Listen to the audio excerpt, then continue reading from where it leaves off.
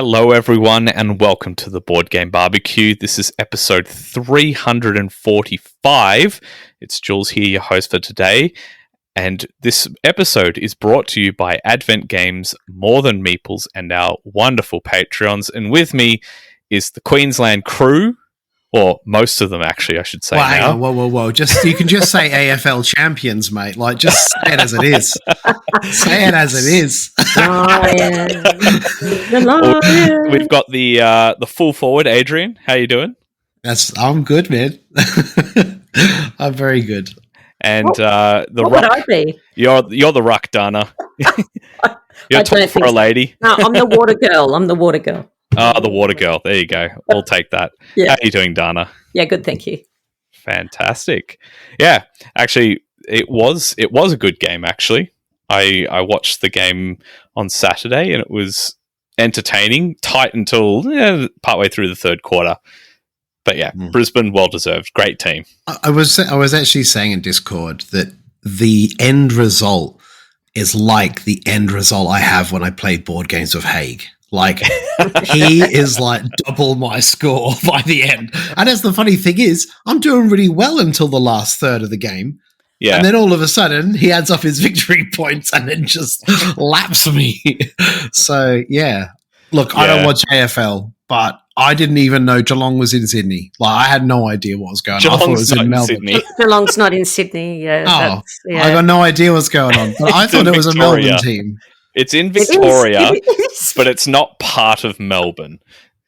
It's a different city. I was getting confused. There was the Cats, the Tigers, the Lions. I was lost. Well, the Panthers, the Penrith Panthers are a thing, but the Canberra Raiders aren't because they're Raiders. So everything else is a cat apart from them. So I was just so confused. It's easy to confuse me, let's be honest. Well, before we confuse anyone else, this is a board game podcast, if you happen to be listening for the first time. But, oh boy, yeah, you can tell this is not our area of expertise, sports. Well, at least for some people, I should say. No. Guys, what have we been playing? Dana? Well, I have had the opportunity, thankfully, that other people have been teaching me games. Nice. I can't say that I've learnt any of them, so I've been really grateful. And I was able to catch up with one of our volunteers recently named Tristan, and he hosted me at his house. And he introduced me to some really nice two-player games. The first one that I really enjoyed was Mandala. Yeah, I know this one. Yes, so it's from Lookout Games, the same people that did Patchwork. Actually, this game has been superseded by a game called Flowers. So this game, I believe, is out of print. I think it is. Well, it's hard to find anyway. So this theme is, I don't know if you've seen this ever before, but in Tibetan Buddhism, they make these mandalas out of sand, and it takes them weeks to create these mandalas. And then once they are complete, they are destroyed, and then all the sand is thrown into the river. And it's meant to symbolize that everything in life is transitory. So that is the theme of this game. And it actually, I think, works pretty well. It actually sent me down a rabbit hole of YouTube of looking at people creating these mandalas and things like that. It's very interesting. If you do get a chance to research it, it's a very interesting topic. But about the game, it's a 15 to 20-minute game, two-player game, and it comes with this lovely cloth board. And the cloth board has two large circles divided by like a rectangular region. And those two regions are meant to be the separate mandala spaces that you'll be working on during the game. And it's actually an area majority game, essentially. Oh, I'm interested. Yes. So each mandala is your individual contest for area control during the game. So you have the two circles, and I'm trying to think of what the the two circles, they're called mountains. So you've got the rectangular section or strip in the middle, which is called your mountain, and the other semicircles that are formed because of this strip in the middle, they're called your field. Mm-hmm. And what you're going to be doing is you've got a hand of cards with 6 different, you could call them suits, but they're mandala patterns. And you're going to be placing your mandala cards into these separate circles, into your fields and into the mountains. So you can do 3 things on your turn. Play 1 card into the mountain and then draw up to 3 cards. You can play cards of 1 colour into your field. So this is the semicircle that's facing you.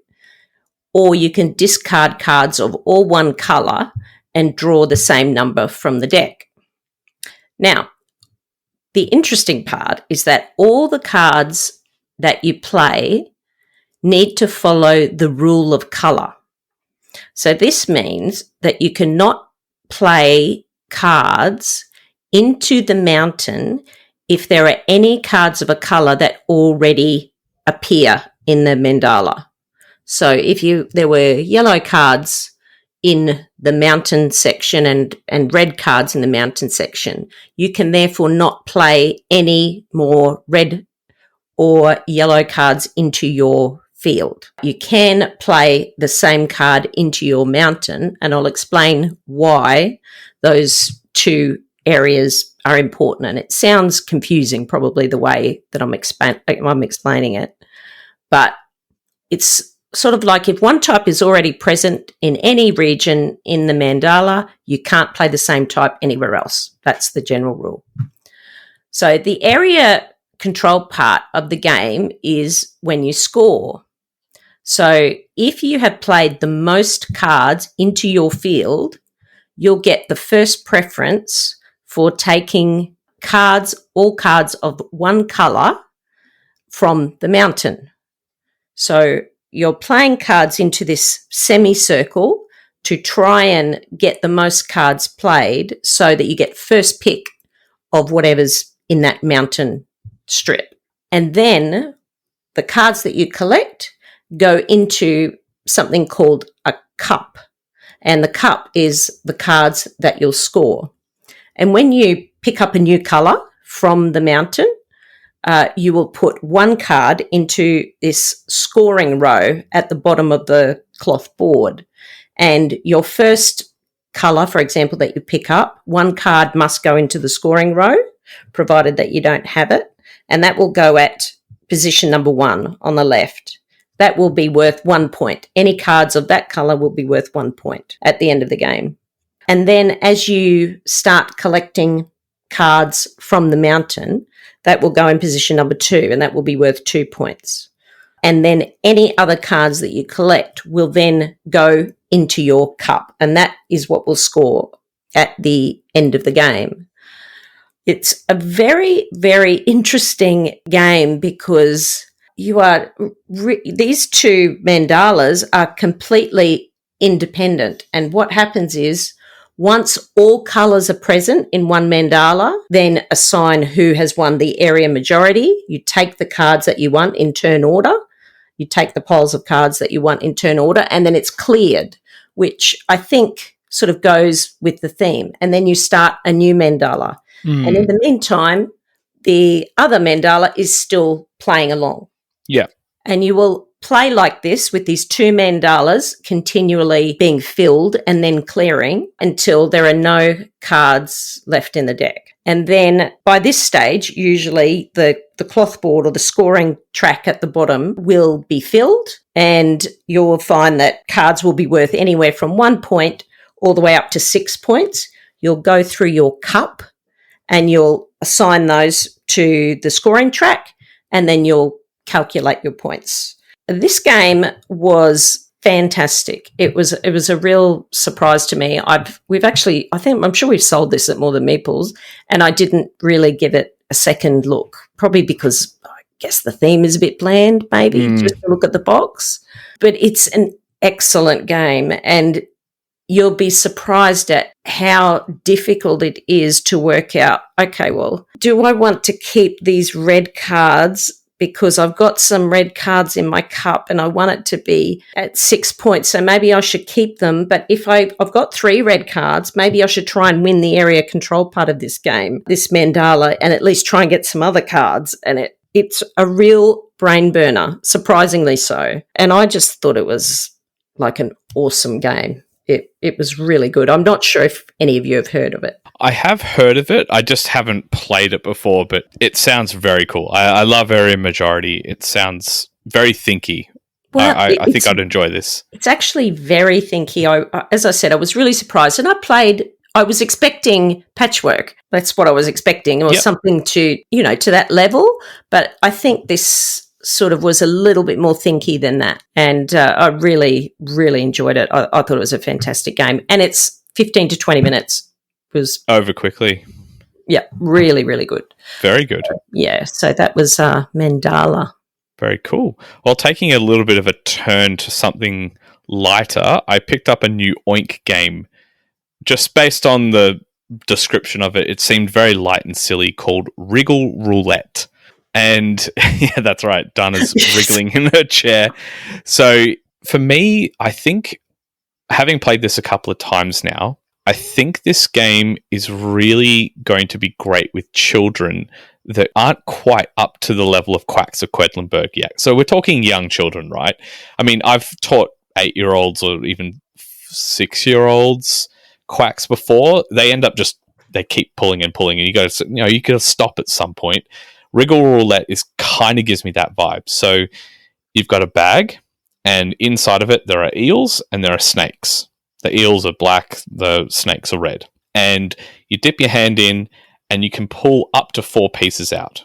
So you pass the bag around, pick your up to 4 pieces, hold them in your hand, you don't look at them, and you wait till everyone's pulled from the bag, and then you all simultaneously reveal. Any snakes go to the middle, and you keep the eels, and they're your points. Depending on the player count, once a certain threshold of snakes has been reached, there's a snake breakout, and the person who has the most eels actually loses all their points, and it's everyone else that gets to count their points.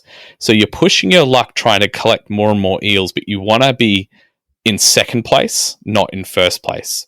You always do have the option, though, of during the round of pulling out and revealing your hand and showing you pulled nothing. If you do, you're safe, you lock in your eel points, but then they all go back into the bag, and it changes the ratio for players that are still in that round. I quite enjoyed playing this. As a nice little icebreaker first game of the night. Let's just pull something out. It was easy to teach. I've literally taught the whole game now. It's first to 20 points, I guess, triggers the end of the game. That was the last round you'll have played, and whoever has the highest score wins at that point. But I just love that little twist of, if you go out in a round and the snake threshold hasn't been reached, then other players keep going, but your snakes go back in, so your eels go back into the bag, giving more chance for your opponents to actually pull the eels rather than more snakes out. It's very simple. That's all there is to it, but I think it would be a really great game to teach kids. Like, if this was their first push their luck game, it would be fantastic. It's trying to figure out, do I pull 4 pieces out? Do I pull 1 out? Is this the time I should go for 0? That's really the decision space you have to work in. And it's less cutthroat than Deep Sea Adventure, right? Essentially, oh, yeah. Because that's a good push your luck game by Oink Games as well. But it does have that element of, you can mess people up quite a bit. Yes, you and can. then some people mess themselves up by taking too much treasure and getting stuck because they just keep rolling 2s and they're not moving. But it sounds really nice. It sounds really lovely. I think that, it's definitely ideal for younger kids, and a great way to teach pushing your luck to younger kids as well. Yeah, so, absolutely. Yeah. But that's nice. Wriggle Roulette. Adrian, what have you been up to?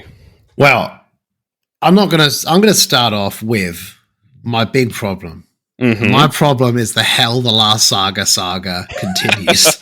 I want to talk about it. Go for it. That got sold to Simon, which we all laughed about probably over a year ago now. Oh, well over.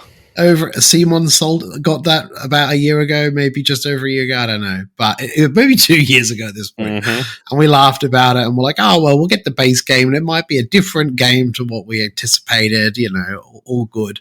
And then they sold it to another publisher. So Simon has now sold it to, and get this, the title is so good. Don't Panic Games is the publisher that will be potentially considering printing Hell the Last Saga. Yeah. I mean, the next publisher that they sell it to is probably going to be called like Got No Chance Games. Do you know what I mean? Like something like that, because it's must just be going pretty cheap.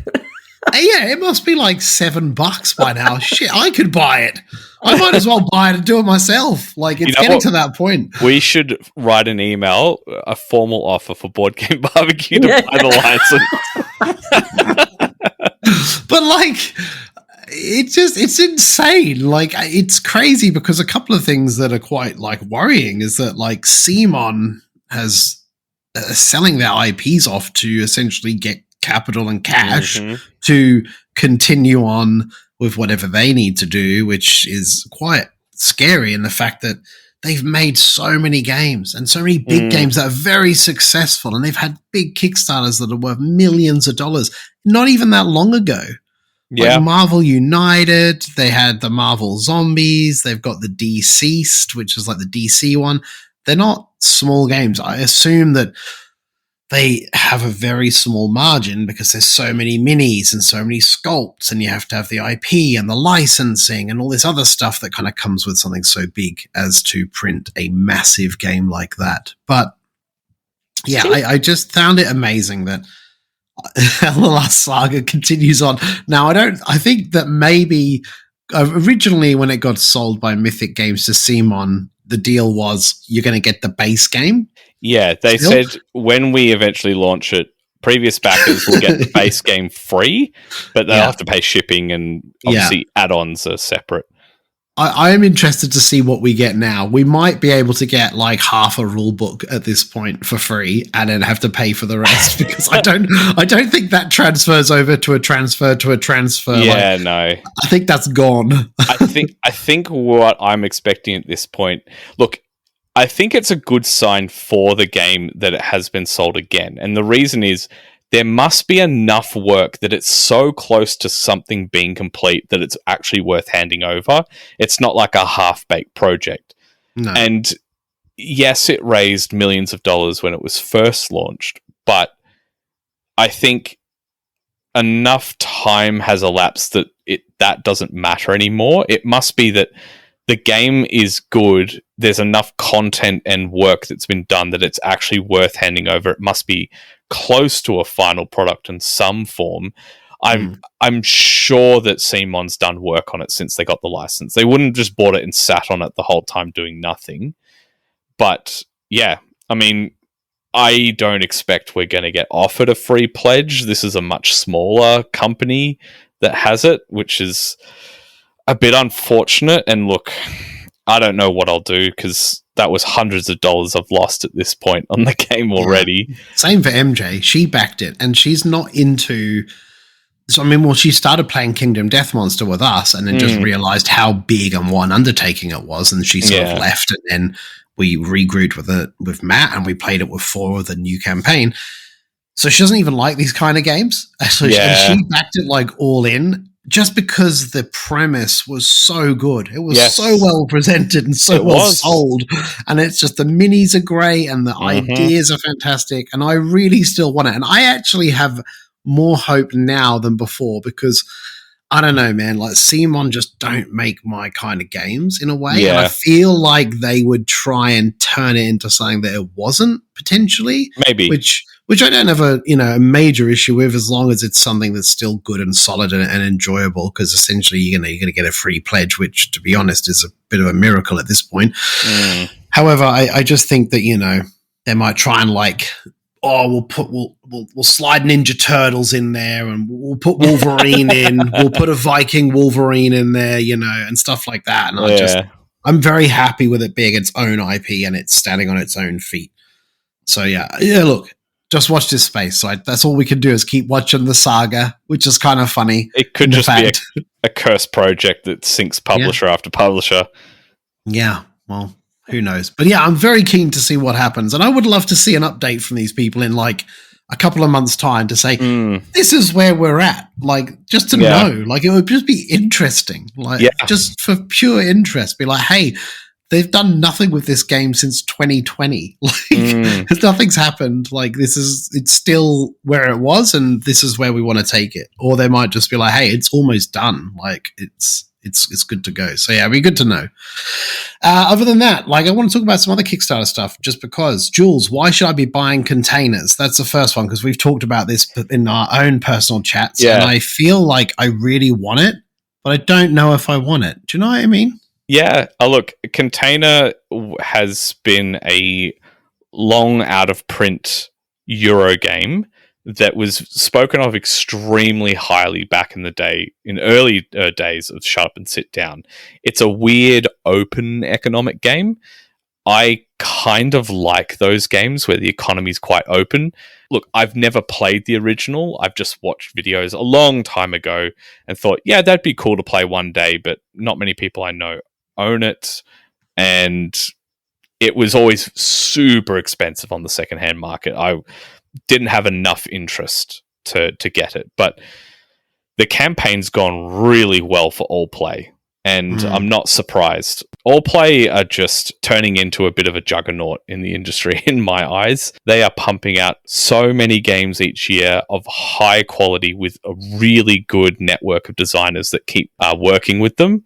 Which I feel like they're like 2020 Pandasaurus. Do you know what I mean? Like they had a running streak from 2020 to 2023 where they're just slamming out games, but good quality games, you know? Yep. Yeah. So look, Container, I'm personally backing it all in deluxe, but you can pick it up quite cheap, $39 if you just want the simple basic version, which is amazing. Wasn't the old game, was that the one with the giant ship? Yes. Yes. Oh, actually, no, you might be thinking of a different one. I think that's U-Boot. Oh, okay. It has a really big submarine in it. Oh, right. Okay. Yeah, Container has cargo ships in it. The shipping containers. Yeah, one of the originals had fairly large pieces, but I think you're thinking of a different game. I think they did like a 10-year anniversary, which had larger pieces in it and stuff. Yeah. But, hey, look, I'm super interested in it. I like the concepts and stuff behind it. And I do like that they offer, from what I could see when I briefly looked at it a couple of days ago, was that you buy a copy. If you want to buy an additional copy, there's no extra shipping charge. Yeah. So you can buy like 5 copies and it just all goes on the one piece of freight, which I think is a great idea, especially for people who want to do those group pledges. Absolutely. So, yeah, I thought that was pretty cool. And yeah, well worth looking out for. Another quick thing as well, like I've been playing over the past maybe 4 years, very infrequently, a local designer's game called Isle of Feathers. It's now on Kickstarter, which is really great. Like, it's really good to see them put that game out, and it's doing really well, like remarkably well. It's already hit its goal, and nice. I think it's like 130% at the moment, and they only launched it a few hours ago. So massive congratulations to those guys. Awesome. And yeah, just definitely check it out. Even just give it a follow to help a local Brisbane crew get more eyes on it, which would be fantastic. And yeah, just all the best to that and their campaign. So good stuff. And more Barrage stuff is coming, right? Yeah. And I said, I'm not buying any more of that stuff. I was like, I'm done. Like, I didn't back the last stuff. I didn't back the big box. Okay. I didn't back the 2 factions. I was very lucky enough to get the files to print the 2 factions out and use them at home for playtesting purposes. But I feel like I might cave and buy the big box and the 3 factions that I'm missing. You're buying the coffin. I know. I didn't want to. I think you got to, man. There's some reasons behind it, in a way, is that, one of the other reasons is because I've actually been playing it with Finn for the past week and a half, and we've played 3 games. He's won 2, I've won 1. And it's funny because, like, when he explains what his actions are, because especially with those kind of heavier games, you sort of talk your actions out just to Yeah. sort of keep track of everything, because you're like, okay, cool. Well, I've got 4 resources. They're going to go in here. That's the technology. Put the 2 workers on here. Take this off. This moves this, blah, blah, blah. So, and watching him do that is kind of cool. Like, I'm super proud. I get to watch him math that out. And I said it on the Facebook community. I remember him being 5 and sitting at the table with us, just fiddling with his own faction and putting the pieces in and saying, like, when will I get to play this? And I was like, we used to say, when you're 10. I don't know why we said 10. We just said 10. And he remembered. Isn't it crazy that over the lifespan of this podcast, Finn's age has doubled? That is true. That is very true. That's crazy. Didn't hear more than he's like half of his life. Yeah, That's crazy. nuts. But he's actually able to play it now. So part of me feels like, if I get these other factions, maybe it's something that we could enjoy together, because he actually really likes the game. He actually said, like, I can see why this was your favorite game for so long. It's brilliant. And he, because it's got so many little intricate bits that kind of interconnect with each other, and you have to sort of pull off these really sort of bombastic combos to really maximize your points and be really efficient. And it's kind of funny, when I see him math things out for a second and he realizes he's like 1 energy short to fulfilling something. And he's like, hang on, I need a minute. I'm 1 short. Hang on a second. And he's trying to eat every last bit out of stuff. So it's really cool. And it's been an absolute pleasure. We've played the same factions each time, but we have played different officers, like the different XOs. Yeah. Yep. So I feel like, after a couple more plays, we'll probably swap boards and try different factions and try different things that do different things. I mean, I've played it hundreds of times, hundreds. So it's quite hard to be up against the ropes after his first couple of games. But now I feel like the gloves are off a bit more. I can just relax, and he understands all of the core concepts. He understands how to combo and do different things and what connects with what and how to do well, that I can really just sort of see if I can push him, to build where I really shouldn't, to just irritate him to the point of him, realizing that that's really what you can do in this game and how you can push it. So, yeah. Very cool. Dana, what else have you been playing? I played a game that I think most people would be surprised that I played it. It's once again courtesy of Tristan, which is called Lord of the Rings Confrontation. So This is a 2-player game. It's actually on GameFound at the moment with this crazy campaign. Yeah. Where you can buy like a fully wooden table with 1 leg, and it is... You're backing it? No. Oh my God. It's like 2,000, I don't know, like I can't even remember what the price of it is. It's like $2,000 or something. I did see it set up in person at Gen Con. It is a stunning looking piece, but it is very expensive, like you said. It's a 30-minute game. Yeah. I'm not really sure. I don't know. I don't know whether I would go that far.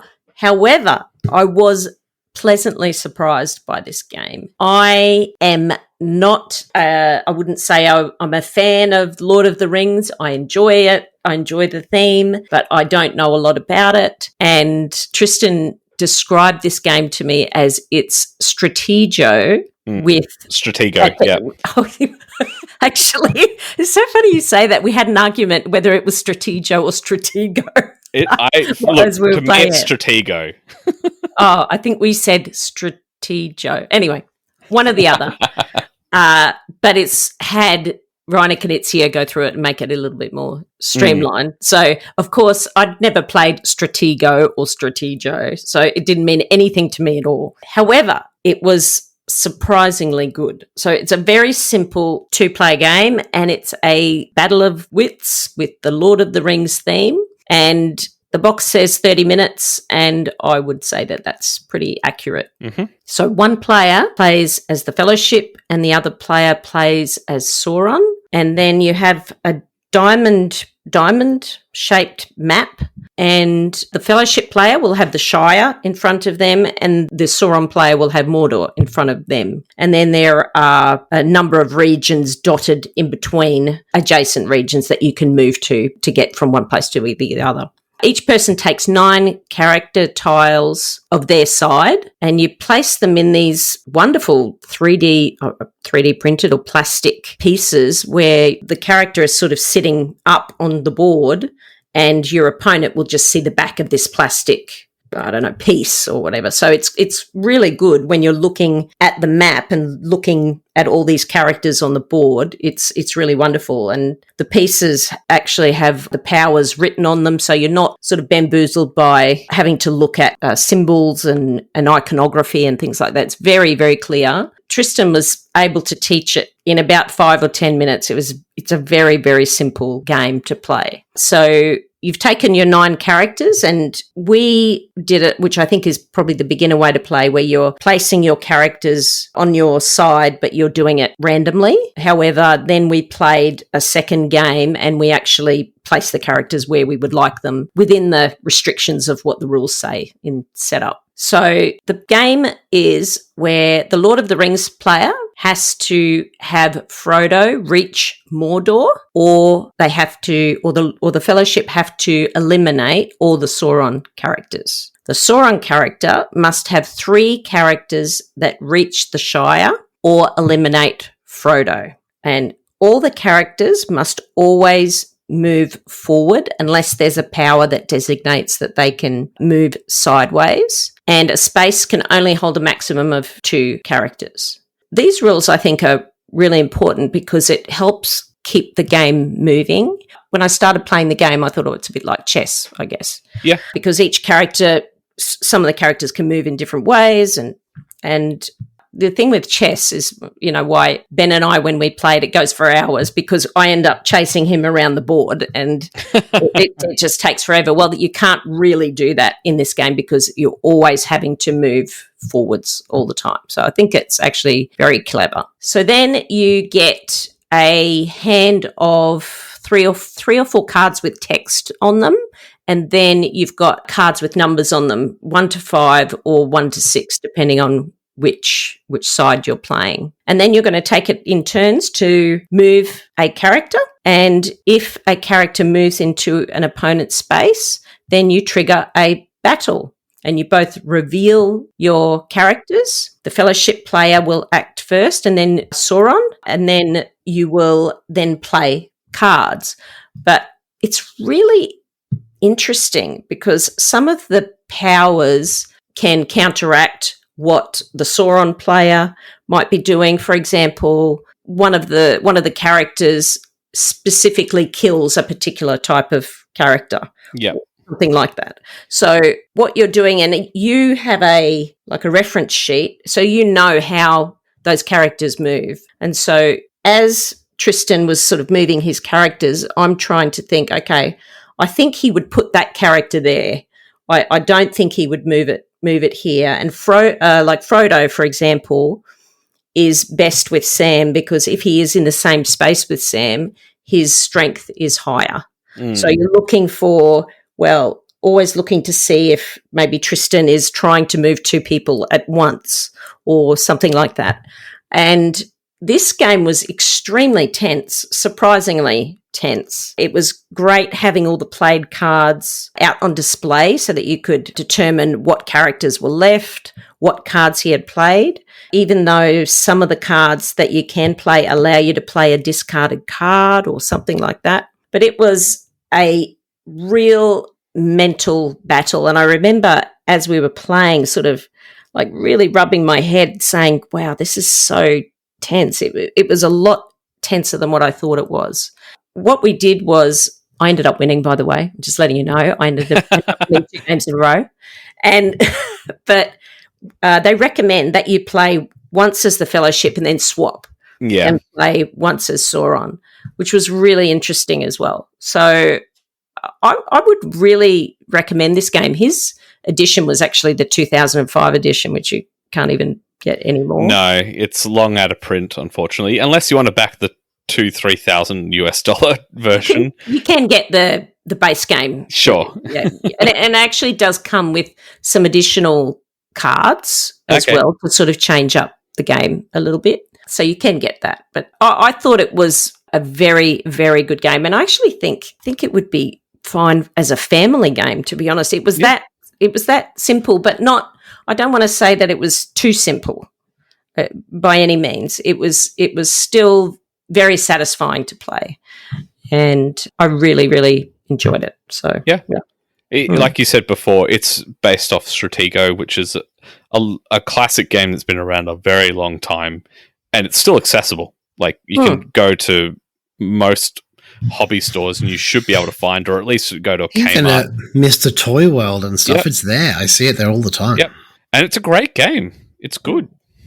Okay, I've never... I mean, we sell it, but I've never even thought to play it. Yeah, look, it doesn't look like something you'd play, Dana, but it is a good game. What are you trying to say? Oh, it's just got dudes fighting on the front. That's not your vibe. You're more There's animals and flowers. Yeah, and cats. That's it. But anyway, thoroughly enjoyed it. I could get Ben to play this. It's dead simple. Yes, really I think good. he'd like that. Yeah, it was great. And I don't think you need to care about the theme at all. No, you don't. It was fine. Yeah. Yeah. Very cool. A game I got to play recently was one kindly sent to us from All Play, which is Twinkle Twinkle. Oh. Yeah, it sounds nice, doesn't it, Dana? It does. So Twinkle Twinkle is a tile drafting, tile laying game. It has, look, this game is beautifully produced. All the tiles are a clear plastic with constellations or wormholes and all sorts of space entities that you'll see, asteroids, moons, etc.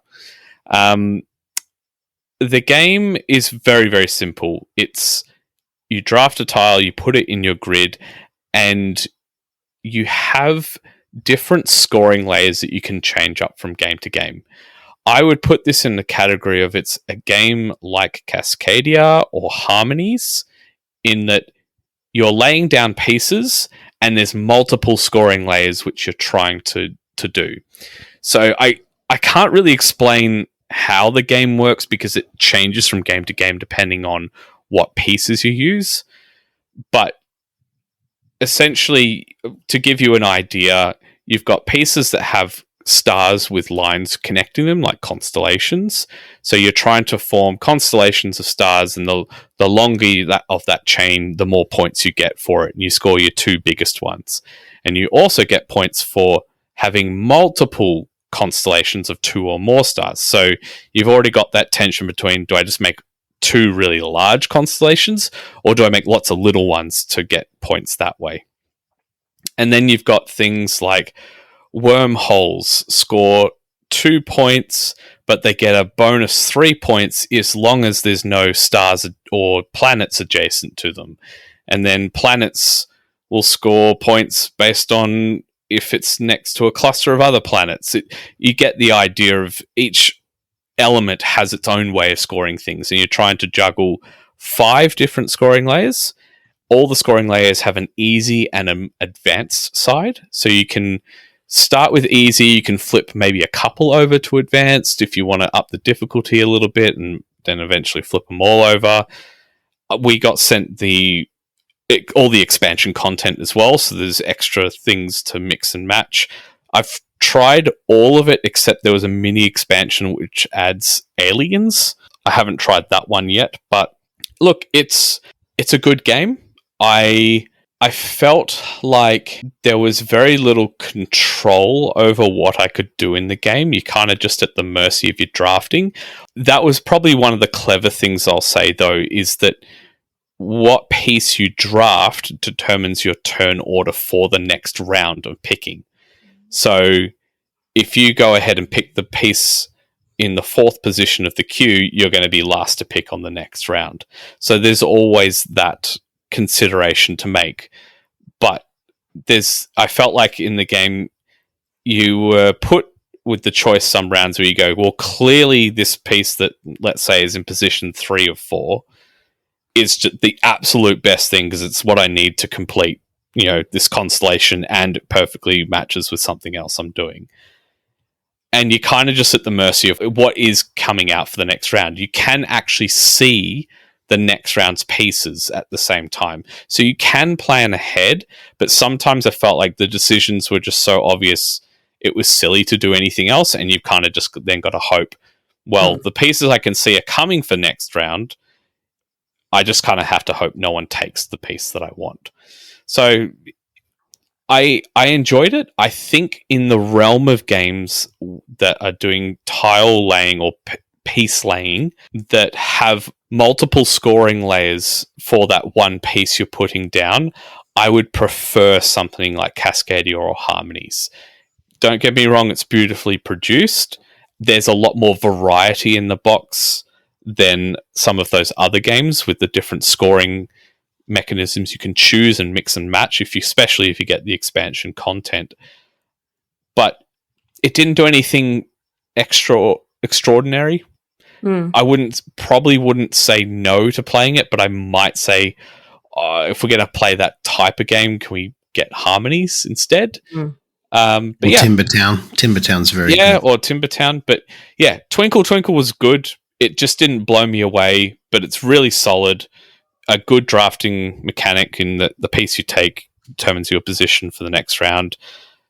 But yeah, I would have liked to have seen, I don't know, I feel like there was some sort of opportunity miss with layering the pieces because they're clear plastic. You could have layered things together. So I don't know.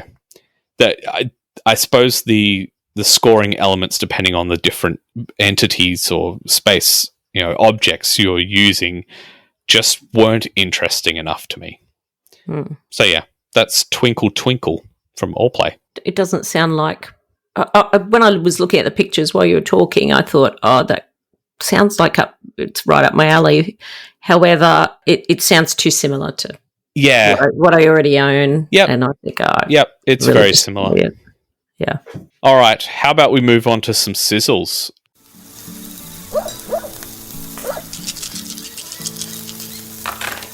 All right, Dana, hit us. What's your sizzle for this week? Okay.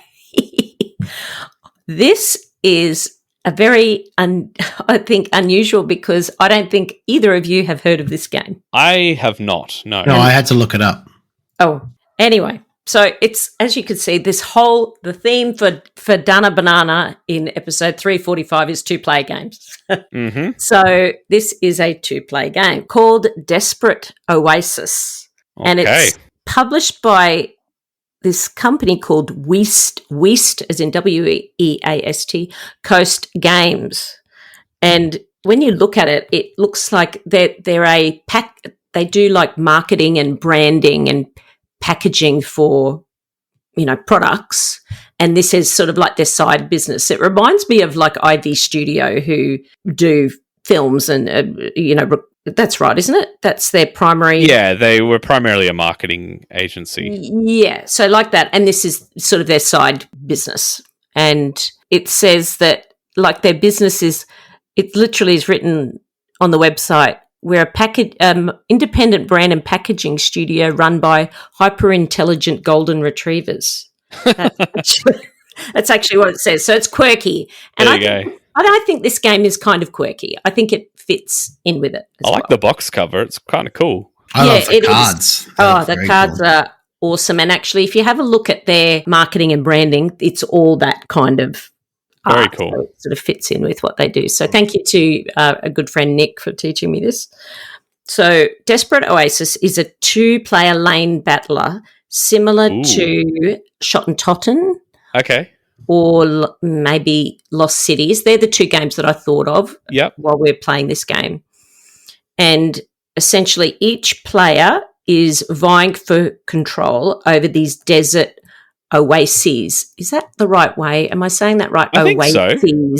Oases cards. That's the plural of oasis. Oases. Yeah. Oases cards. And that sounds right. Yeah. And they're worth similar to Shot and Totten, where they're in a row. And these oases are worth anywhere between -2 and 4 points each.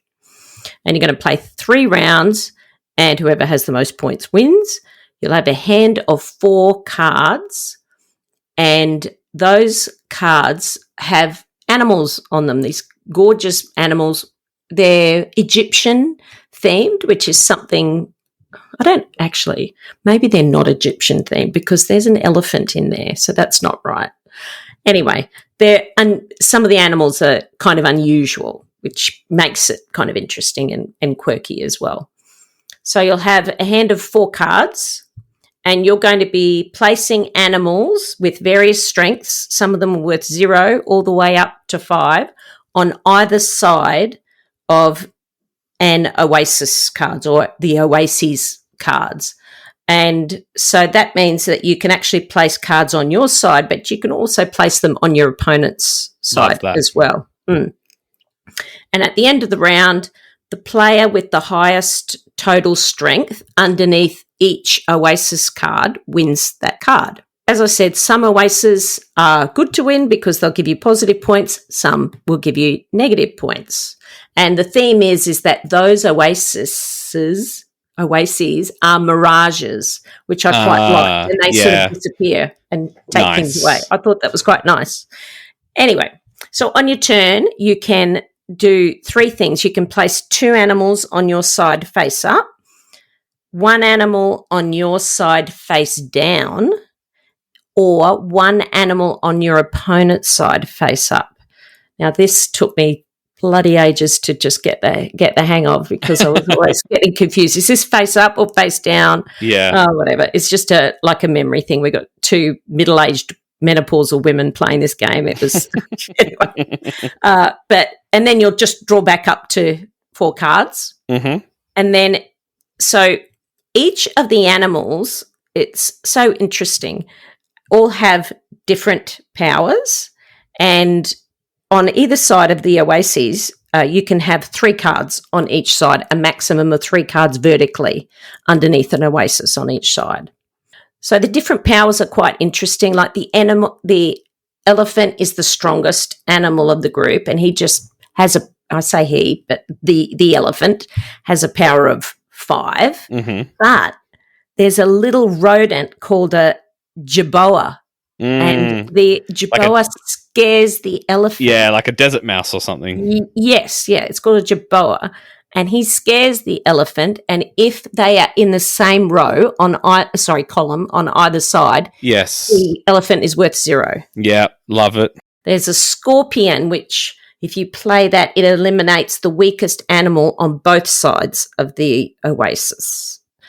There are 3. There are jackals. Which if you play 3, if there are 3 in the same column on either side, you can play an additional animal on your side. Then there's the chameleon. The chameleon has an arrow, and you can actually orientate the card in different directions, and it will take the strength of whatever the chameleon is pointing towards, so it could be pointing towards an animal in an adjacent column. Mm-hmm. Then there's another animal called the oryx, which just has a number value.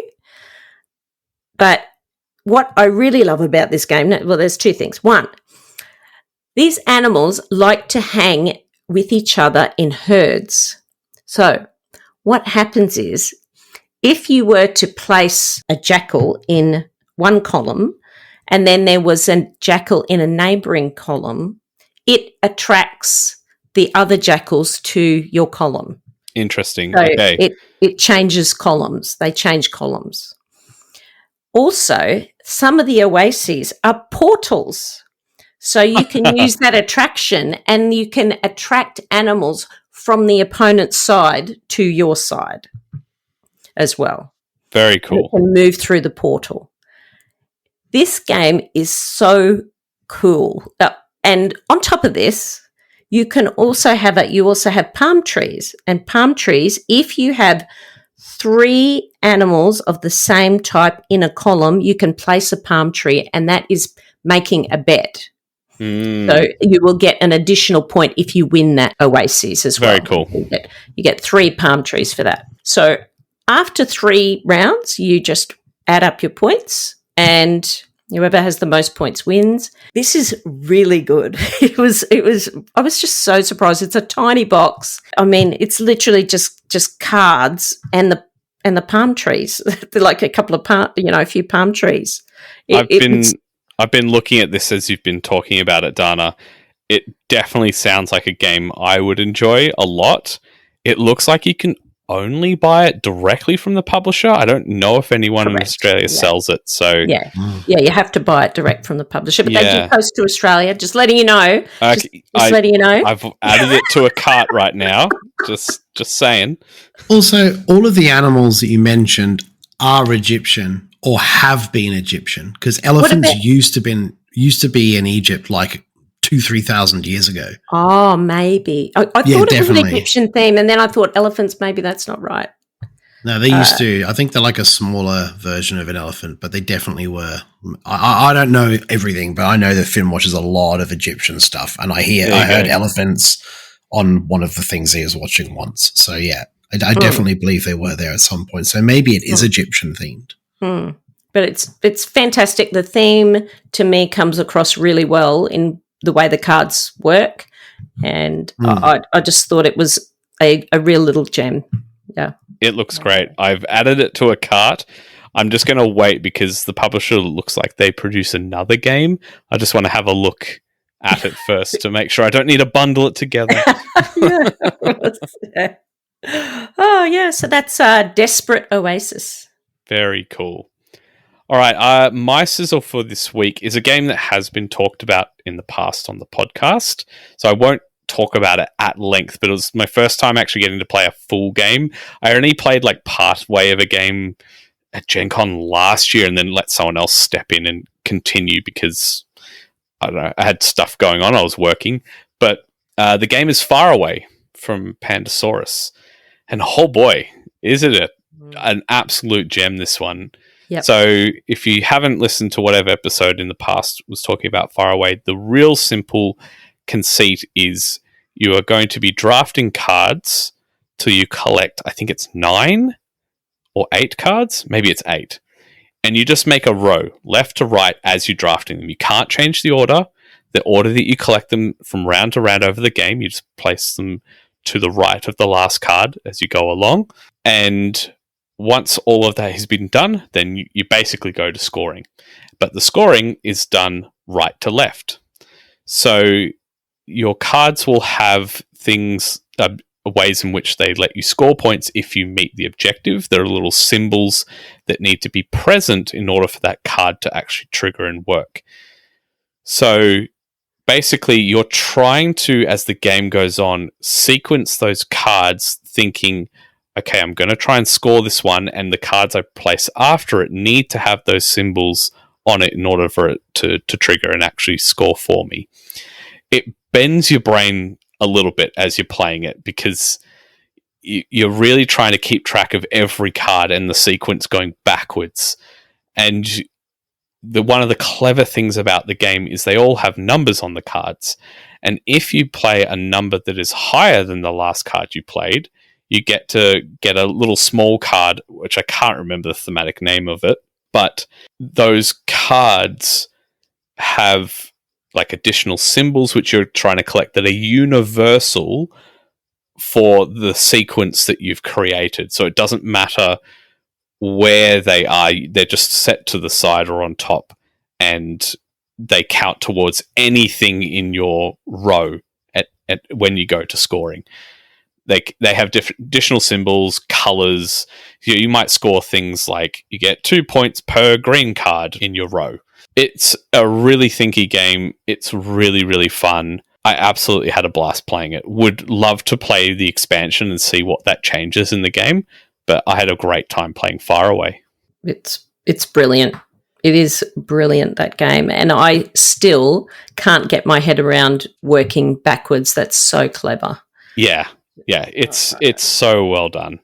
I just the artwork's really cool as well. I quite enjoyed that.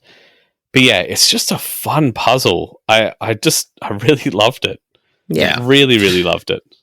I think you've talked about it, Adrian. I think I have. I've played it quite a few times now, and it's actually, now that you're talking about it, it's something I'll probably play with Finn quite soon because it's something that he would love. I think he would. He would love that brain burn energy for sure. And the best thing is, it literally has 3 components in that whole box. And I said that before. So it's a score pad. Uh-huh. It's 45 sanctuary cards, which are the ones you were mentioning. Yes. And then 68 region cards. Yep. That is it. Yep. It's just all iconography. And you know what? I think the iconography on the cards is very good. And very easy to follow. Mm-hmm. It works really well. The game flows well. I actually got taught this, I think, by Matt Dunstan or Bobby Hill at not PlayCon, but the PlayCon before that. Oh. And I loved it. I thought it was great. And I immediately played it a few times, over the next couple of months after that. And it's great.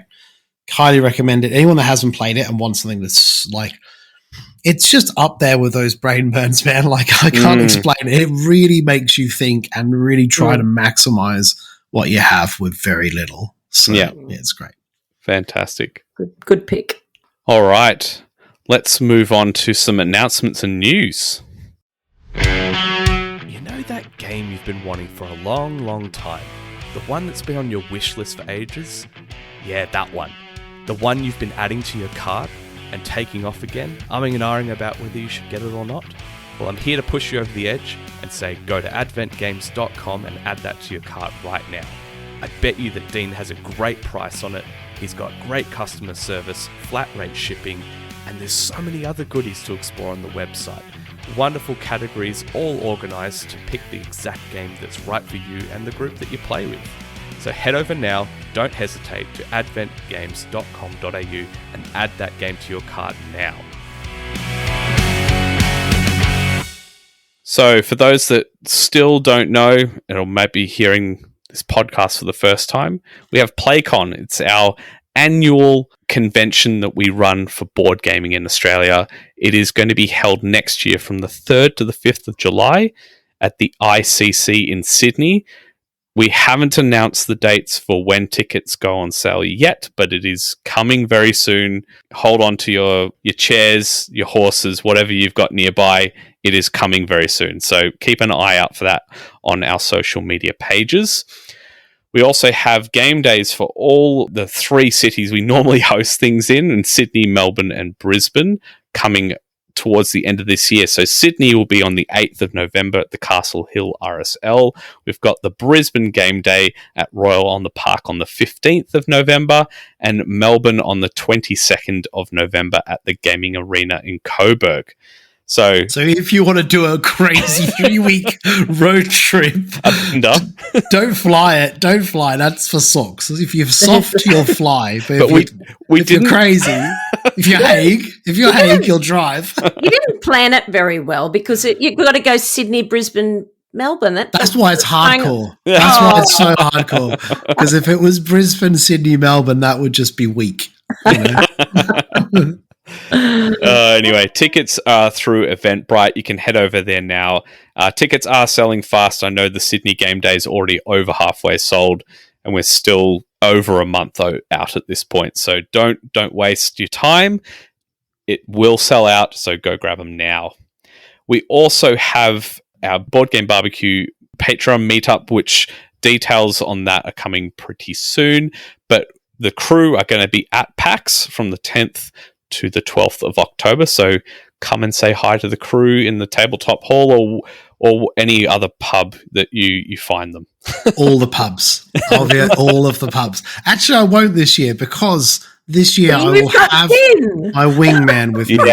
And you know what? I actually gave him the card with the PAX tickets and the plane tickets, and it was very emotional. Oh, was it ever? I was blown away at his reaction. I couldn't believe it, bless him. And it just shows that he understands the value of that gift and being able to come to such a massive event. So, his little mind really is going to get blown when he sees 100%. He's very excited.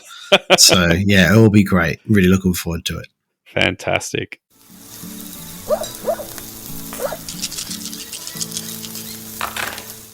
All right, let's move on to our question of the pod.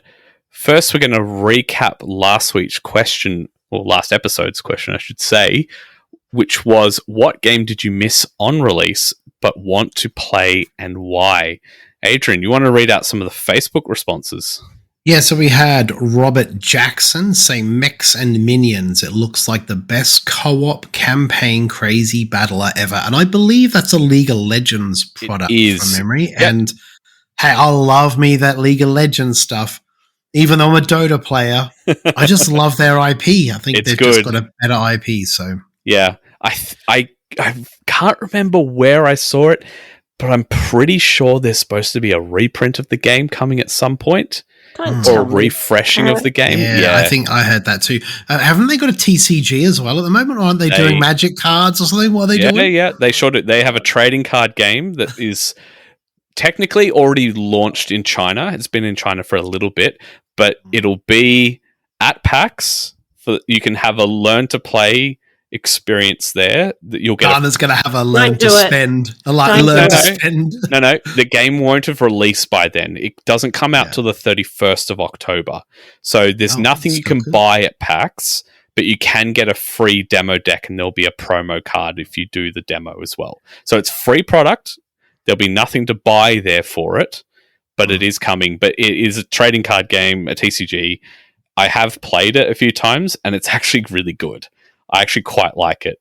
It's quite different from other TCGs I've played. So, and look, I've played League of Legends for a long time back in the day. I don't anymore, but I've enjoyed the game, spent many hours on it, and I think this is one I will potentially dip my toe into because I've enjoyed it so far. But yeah, carrying on. Nice.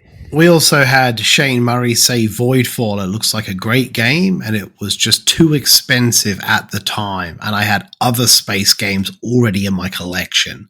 Definitely keen to give it a go. And I find that, like, there's people that love Voidfall, then there's people that just fell off and didn't get into it. So it's definitely a mixed bag, that one. But the people, it's like Cole Worley, I think, said, like, we won't make we won't make a game for everybody, we'll make someone's favorite game. I feel like that is quite a few people's favorite game, but a lot of other people it was too much. I've never played it. I haven't either yet, and I would love to. Yeah. And I've had the opportunity, but every time the opportunity sort of rises, it's like I've always got something that I kind of have to attend to. Yeah. It might be a game day, it might be a PlayCon thing, or it might just be like I've only got 2 hours to hang out, that kind of thing. Yeah, it's a big commitment.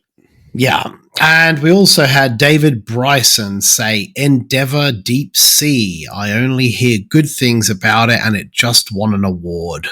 So, yeah. Great game. I'd sizzled it a couple of weeks ago or something. Yeah, that's it. So, awesome. Dana, you want to read out other responses? Yes, from Discord, we have Spenny, who says, Yellow and Yangtze. Back when it was crowdfunded in July 2020, it was insanely cheap back then before going out of print and then getting reprinted as the lesser, in brackets, Huang. I've since become a Knizia head, and this represents my final Grail game. Ready to get it played now. I've actually heard really positive things about Huang, so but, I have not played Yellow and Yangtze. So. Yeah, it was a re-implementation of it. I think they changed some things about the game, so it is a little bit different. But yeah, very cool. Rainer again, top of the list is Weimar, the Fight for Democracy.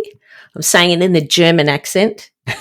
I hesitated because it's a long game, but on the other hand, it is dealing with a part of history where it was well connected to my time in high school. I heard great things about this game, and I have played this with Def, and it is a fantastic game, and I think actually you would love it if you do get to play it, Rainer. Mark Rays says, definitely Elder Scrolls. I still can't understand why I didn't back it. I played every Elder Scrolls computer game and spent hundreds of hours in the ESO MMO, yet I rationalised that we already had far too many campaign games to play, and I continue to have massive envy every time Adrian talks about it on the pod or anyone else talks about it.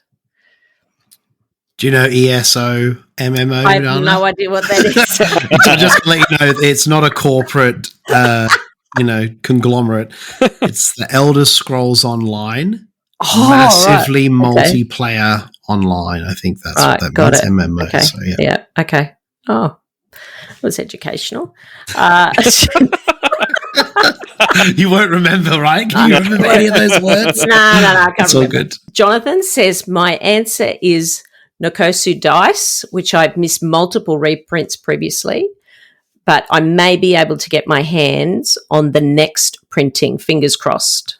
And that is it for Discord. Fantastic.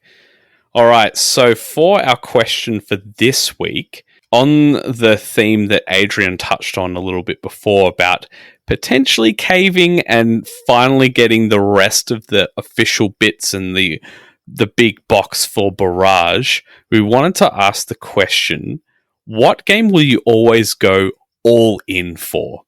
You know, additional expansions or new deluxe bits or a big box that's been added onto. What is that game that you always will go all in for when they release new content? Adrian.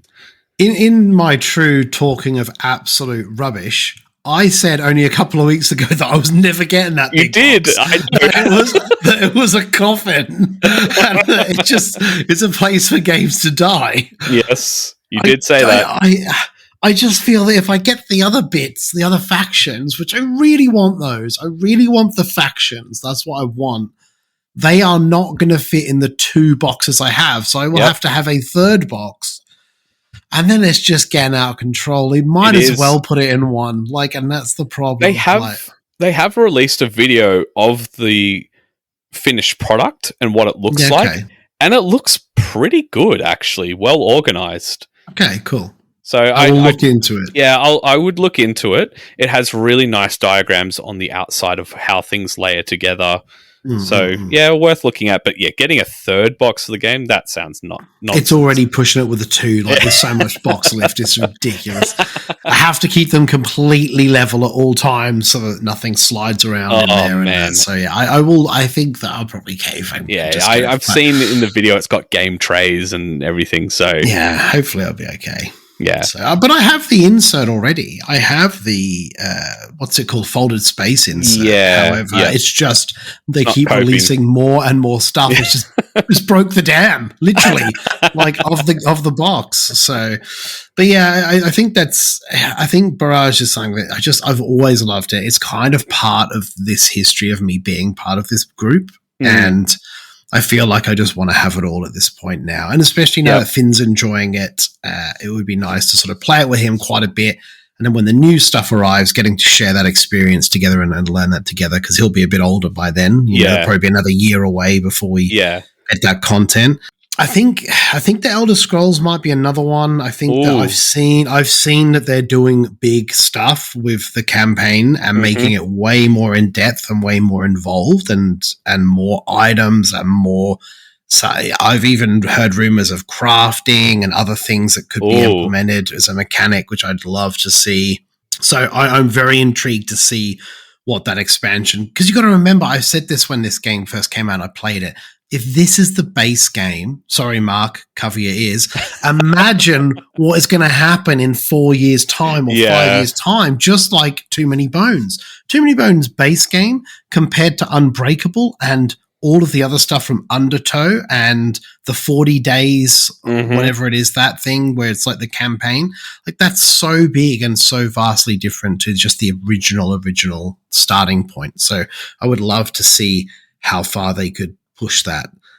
So yeah, for me, I would definitely be considering getting that as well. And it's another one, I keep saying it, like I get to play a lot of these games with Finn on the regular, so it's something that I can regularly table and play with him. So yeah, I mean, that's, it's an Age of Steam probably is another one. I've gone down that stupid rabbit hole where I just keep buying the map packs. Just keep buying the maps. And then it's so funny as well, because you know when you're behind on something, right? Yeah. So like, as an example, Vital Lacerda games, Eagle Griffin games, right? I would probably, when I first started buying those, there was already sort of 3 that had released. So I backed the Weather Machine, and then I bought On Mars at retail. So then what I did was, when I backed the next game, I just added one of the old games to the pledge.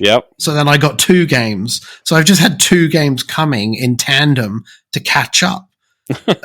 Because why not? Like, yeah, and that's another one where it's like I just keep buying his games because they're really good. And I didn't buy Inventions, but I'm buying Speakeasy, and I've bunged that one on anyway because why not? You've got to have them all. Might as well get it. So yeah, that's probably my 4 biggest. I know that's a lot, but they are the 4 that I just keep buying stuff for, and I keep saying I'm not going to do it. I keep saying I'm not doing it. That's $1,000 right there. Oh, 100%. Yeah, every day.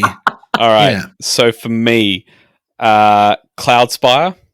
So I know that the last campaign they ran, they said this is the end. There's no more content that they'll do for the game, and they got me because I have everything to date.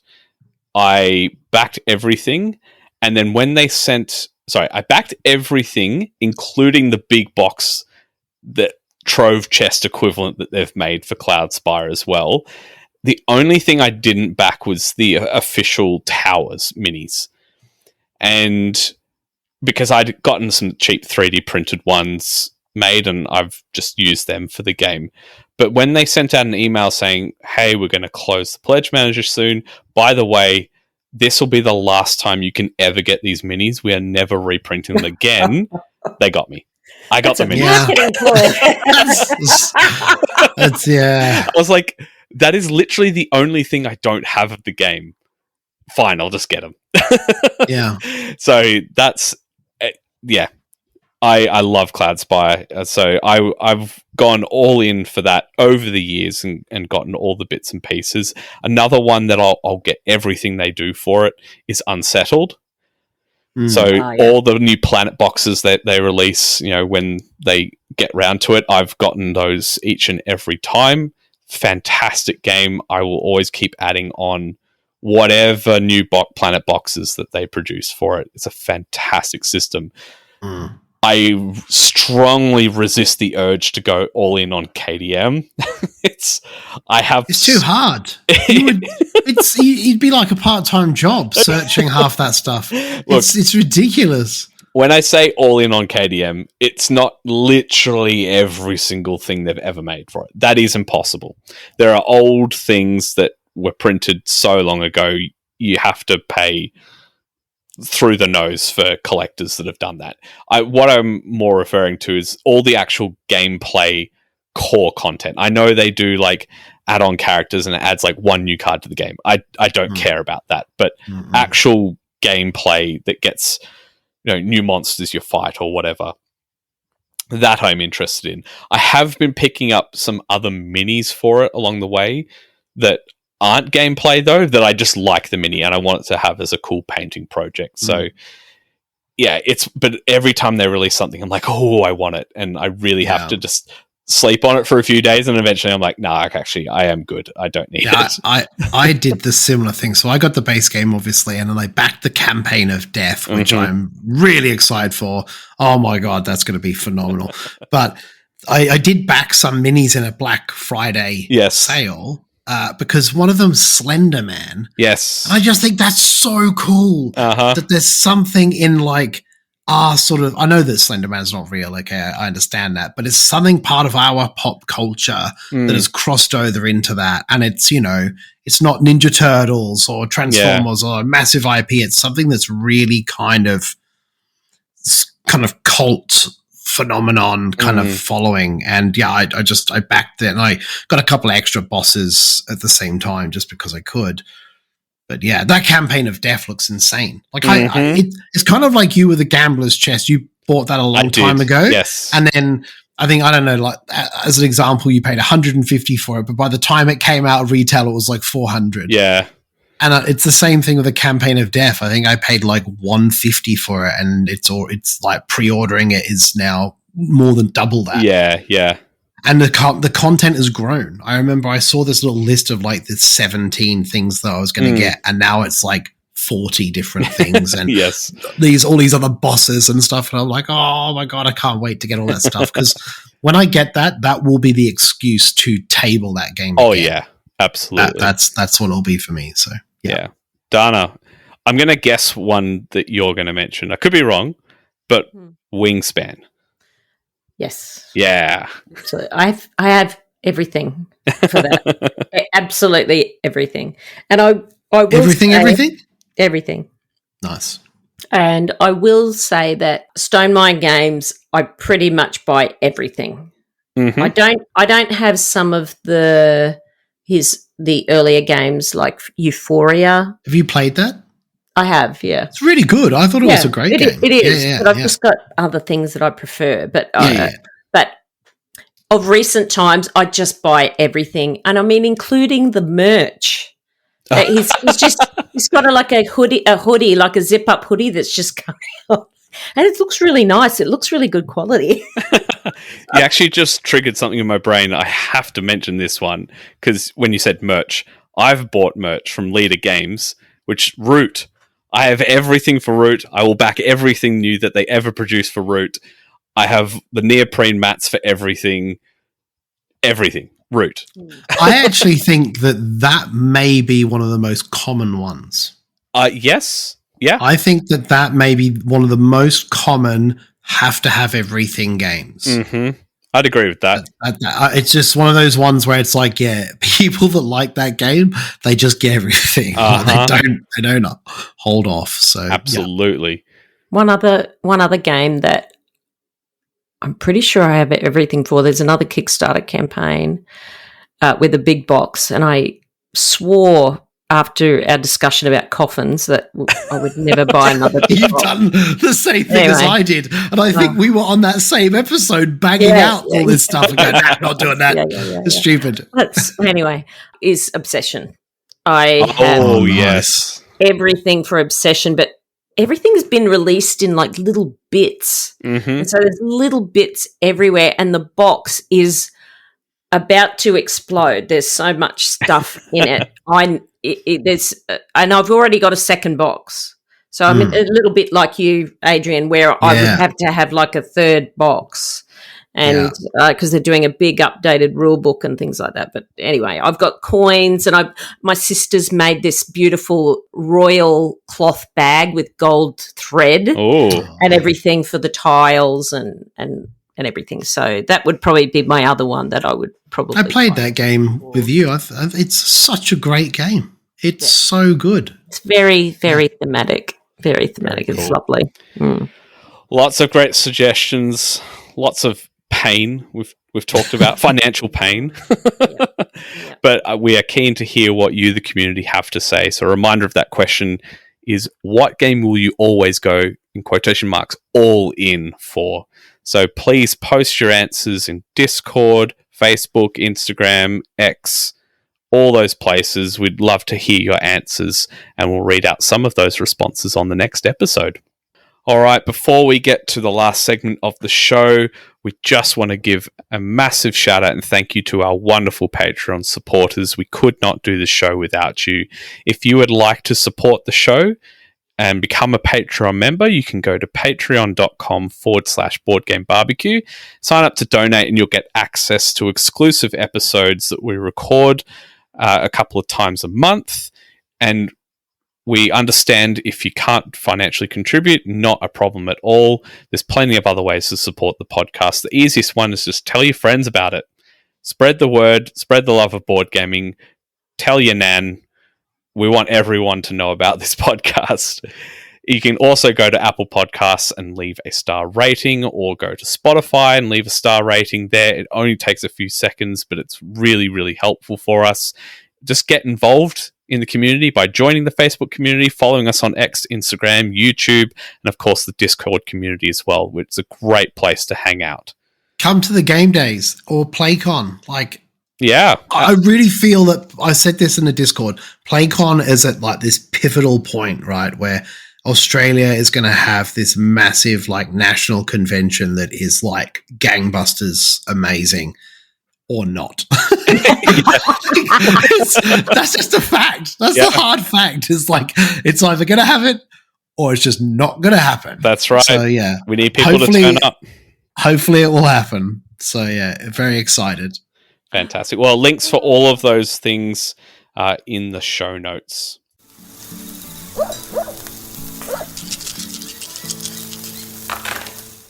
All right, moving on to the last segment now. Fired up. let's talk about what we're fired up for. Sorry. Look at Adrian's face. It's like for FFS. Adrian, do you have anything you're fired up about? Yeah, really just coming to PAX and hanging out, and obviously Finn being there and just seeing him being like, wow, what is this? Because he's obviously been to PlayCon and he thought that was huge because he hasn't experienced anything like that. And yeah, it'll be very cool to see him at that. And also, like, I'm really excited for all the PlayCon announcements that are going to come over the next few weeks. Mm-hmm. They are very exciting. Like, we have really exciting news, and it's like, oh, just hurry up, time, man. I want to tell people. Yeah, so it's been very cool. So, you know, things are getting finalized, and we're really close to making some big announcements. So please bear with us, and we will drop those announcements soon. And also, every PAX, I set myself a mission, whether it's playing a board game with a stranger at the airport, or doing something else. Yes, I forgot about that. Random. Yeah, I did until I remembered. Then I was like, what was I thinking? Anyway, I noticed someone in one of the Australian board game communities reach out and say, hey, is anyone going to PAX? Like, there's this game called Sorcery. I've been playing it for a long time. I absolutely love it. There's an exclusive box there that you can only get at PAX. I really want to get a hold of it. 0 likes, 0 comments, 4 days, and I was like, man, I feel like I need to step up and try and make this happen. So I messaged the person and said, have you had any responses? And he was like, no. I was like, what do you need? What am I looking for? Send me photos, give me information. So I will be trying to acquire this special Sorcery Contested Realm TCG box of cards that are some limited run that you can get at PAX for this person, and hopefully bringing home the bacon and bringing it back to Brisbane and passing it on to that person. So good on fingers crossed it works, and awesome. We shall see how we go. Yeah. So, yeah. I hope it's not like this massive... Oh, I asked that. I said, he said it's about the size of a VHS tape, so we're good. Okay, good. Yeah. Because I knew that was going to happen. I turn up and it's like 42 kilos of cards with a trolley. Yeah. Oh dear. Yeah, no, it's all good. We should be fine. Next thing, it's the size of that giant ice cube box yes. for Frostpunk. Yeah. So. Oh god. All right, Dana, what are you fired up about? Well, I actually have a ladies' gaming week. Oh, the annual one. Hang on. I'm sure we were with Dana last time she said this, Jules. Yeah, was it us? She got COVID from it. Yeah, maybe it was us. I had COVID. Really? I swear you were sick. We did have two. No, I wasn't. I've never missed one. It was me and Joe. It was me and Joe that have been on. No, Jules, she has this many. It's hard to track anymore. So it was me and Joe that were talking about it because, yeah, Dana had one very recently, but she's doing another one. But hey, mate, that's what life's about. Go out there and have it. That's it. We're just jealous. Weekends, mate. Yeah, 100%. So I'm very, very lucky to have this group of ladies, and we always get on so well together. And we get free accommodation, so it's great. So winning. It's my mum's beach house. So amazing. So we're really, really lucky. Anyway, so that is good. Yes, I'm excited for PAX. But on a personal note, I'm feeling pretty hyped up because I'm on a weight loss journey. Oh. And I've lost a few kilos. Well done. I'm getting there. I've started my weight loss journey. I've joined the gym. And I'm doing this this treatment. It's really weird. It's basically like a wheelie bin, a fat burning wheelie bin. It's okay. At the gym, it literally looks like a wheelie bin. I'll send you a picture. Sure. But you're cycling inside a wheelie bin, and it goes and it sucks in and out on your stomach. All I'm picturing is they've just duped Dana and stuck her in a giant human hamster wheel. And she's just running around. I'll send you a photo of it. It literally looks like a wheelie bin. Oh, anyway, my goodness. but I'm really hyped because I've lost a few kilos and I feel like it's going to spur me on. You were talking about you've lost weight recently, haven't you, Jules? Yeah. I've been hitting the gym since near the start of the year. It's been fantastic. Oh, and I've just discovered this whole new self again, like going to the gym and everything. It's been really good. Adrian, I know you've put on 11 kilos, so I tend to lose those at some point. I might have to just cut my leg off, but I'll lose it. Right after you go to Five Guys in Melbourne. 100%. Oh, man. Every day. All right. What am I fired up about? Well, I just finished rewatching the Avatar: The Last Airbender series again, and I'm actually very excited for the Magic the Gathering Avatar set that's coming out towards the end of the year. I've talked about Magic a few times throughout the past year. It's something I have been dabbling in since moving into the distribution job that I've been in for the past couple of years now. And I played it a lot in high school and a bit after high school as well. And this marks the point where this is going to be the first time I'm actually going to buy some Magic since I was in my teenage years. Because, I really love the Avatar show. It's fantastic.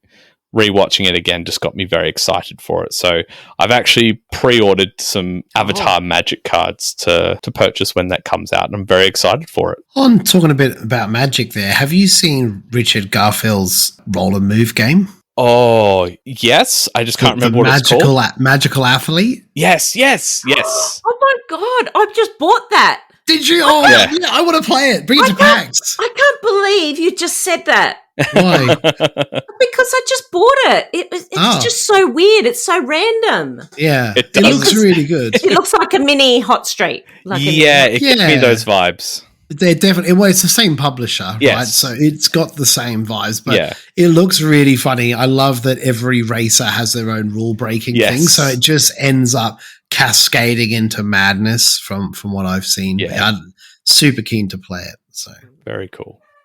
All right. That will bring us to the end of the show. Thank you to our full forward Adrian. No worries. And our water girl Dana. Except you didn't bring me a drink. You can't perform without water. That's it. I would normally. I'll bring you one at PAX.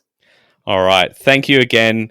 Play more games and stay hydrated. Bye. Bye. Stay hydrated. Bye.